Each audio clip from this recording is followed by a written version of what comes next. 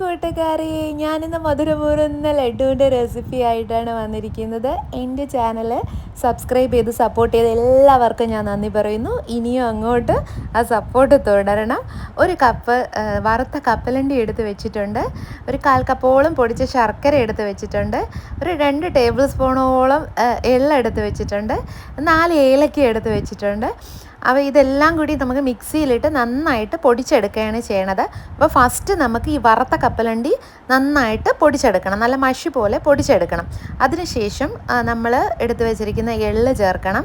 പിന്നെ എള്ള് പൊടിച്ചതിന് ശേഷം നമ്മൾ ശർക്കര ആഡ് ചെയ്യണം. ശർക്കരയുടെ കൂടെ തന്നെ നമ്മൾ എടുത്ത് വെച്ച ഏലക്ക ആഡ് ചെയ്യണം.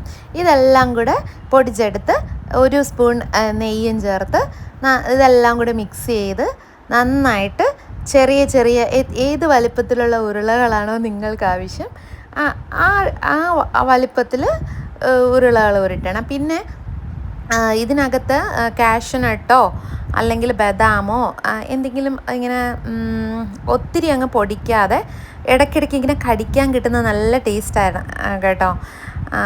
ഞാനിവിടെ കുറച്ച് ബദാം എടുത്ത് ചെറുതായിട്ടിങ്ങനെ അരിഞ്ഞെടുത്തു. എന്നിട്ട് ഡെക്കറേഷൻ ചെയ്യാനും മുകളിൽ വെക്കുകയും ചെയ്തു. പിന്നെ ഇടയ്ക്കിടയ്ക്ക് ഇങ്ങനെ ലഡുവിൻ്റെ ഇടയിൽ കടിക്കാൻ കിട്ടിയപ്പം നല്ല ടേസ്റ്റായിരുന്നു കേട്ടോ. ഇനിയിപ്പോൾ അതില്ലേലും നല്ല ടേസ്റ്റുള്ള ലഡുവാണ്. എല്ലാവരും ഉണ്ടാക്കി വെക്കണം.